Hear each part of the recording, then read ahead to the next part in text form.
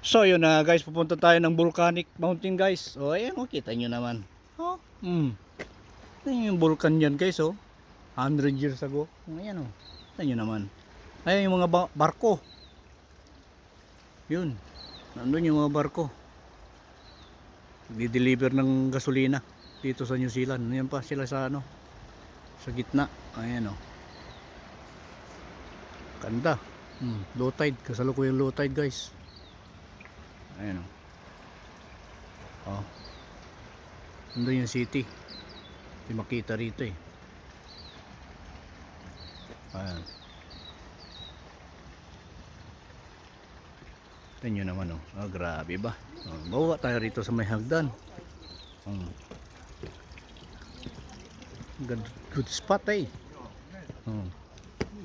Yan oh. Oh, kita nyo naman. Sunrise na guys, ka-sunrise. Nabibilib oh. May mga ano sa tabing dagat. May mga harang oh, ayan. Ayan. Kita nyo naman oh. Oh, ayan. Yun. Ang gandang fishing spot to. Kaya lang mabato. Sasabit yung taga natin dito guys. Kita nyo naman oh. Sunrise. Diyan. Naglalakad-lakad yung mga ano. Lalakad-lakad yung mga mamasyal guys oh. Ayan oh. Kita nyo naman.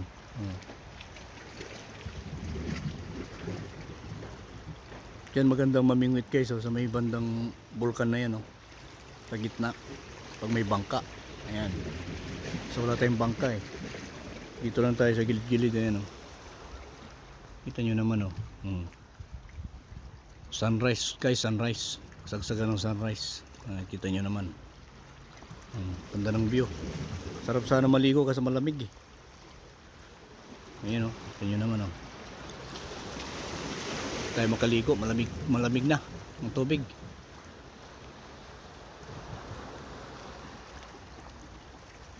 Pag good vibes na lang guys. So ayun, kita nyo naman oh. Ganda. Ganda ng view. Ayan oh. Kita nyo yung vulkan na yun oh. Buti hindi na yun active. Ayan siya guys oh. 100 years ago active yan, pero ngayon hindi na. Kaya hindi siya kinatatakutan na ngayon kasi hindi na active. Ano na siya, tourist spot nandito sa New Zealand guys. Yung vulkan na yan oh. Ayan siya oh. Lapit lang dito sa ano, Pangpang. Ayan, ayan. Ayan yung vulkan. So waiting pa rin tayo dito. Ito na lang tayo kumuha ng view. Ganda. Safety. Ayan o.